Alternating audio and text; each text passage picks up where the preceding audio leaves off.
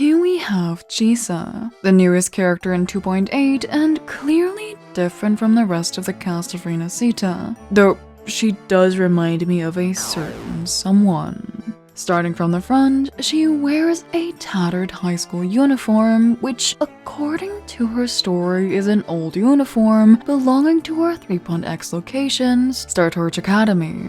She's mostly muted, with the most colors sticking out being red. From the side, she's unusually flat. No, this isn't because she's stuck in time, but usually dresses, pigtails, and other things stick out with Wuwa characters. But being the typical Japanese schoolgirl with pin-straight flat hair, there isn't much of note besides the mandatory heeled shoes, which seem quite high for a high school uniform. On the back, we just have her pin-straight black hair and a window on her jacket which seems to be missing a bow or string here. Again, she's mirrored aside from her tacit mark. Even the band-aids on her fingers are the same. I'd like to start from the top this time, as while her hair is just straight and black, her eyes are very special. While we've had makeup in Wuwa before, some more or some less, hers is just so pretty. I'm not sure what they remind me of, maybe lanterns, but I absolutely adore it. In addition, her lashes are facing downward with red tips carved out on parts of her lid. Her iris is 2, maybe even 3-toned, with the majority being red-orange and the iris being white with blue around it. Aside from that, she also has baked-in blush and a mole under her eye. I also want to point out how much better Wuwa's hair got with her, as instead of being first half, second half, Chisa's bangs are actually more of a clip-on this time, with actual hair strands going away from her forehead. Though I can still play tic-tac-toe on it, even if it's just a teeny tiny board. The only notable thing for her hair, aside from this, is the interesting little bow she wears. Moving further down, as we've established, she wears an old school uniform with a choker type thing around her neck and a bandage going under this collar. Her uniform is quite beat up, with this upper part low-key being the only thing completely intact, aside from her shoes.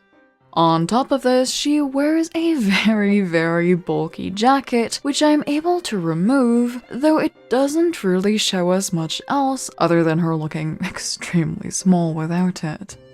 As the arms are mirrored, let's look at the one with the tacit mark. As she doesn't have much under the jacket, let's stay on top as well.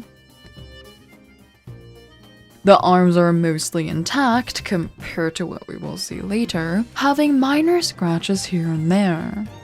Aside from this bunched up part up here, we have buttons which are all open on the way down, showcasing her tacit mark. Aside from this, notable are only the little pull tab here and a strap to tighten the cuff. Her fingers, despite the bandages, seem fine, with her nails even being painted. Given the amount of bandages and cuts though, I kind of expected more scars on them. Also, side note, the inside of the jacket is giving kind of designer, with the inside of the sleeve being textured and the smaller part of the back having similar stars as the current drip marketed characters. Moving further down, we have her skirt, and oh my fucking god, just let it go at this point. Also, here's a timestamp for some interesting insight under her garments, which I'm going to timestamp because I can't really show it, so it has to be quick, but hey. She wears a normal school uniform skirt with a belt around it holding some kind of ID card. As we've gotten the drip marketing today, or well, when this goes up yesterday, it appears this is still a thing for students and teachers, but with images on them this time.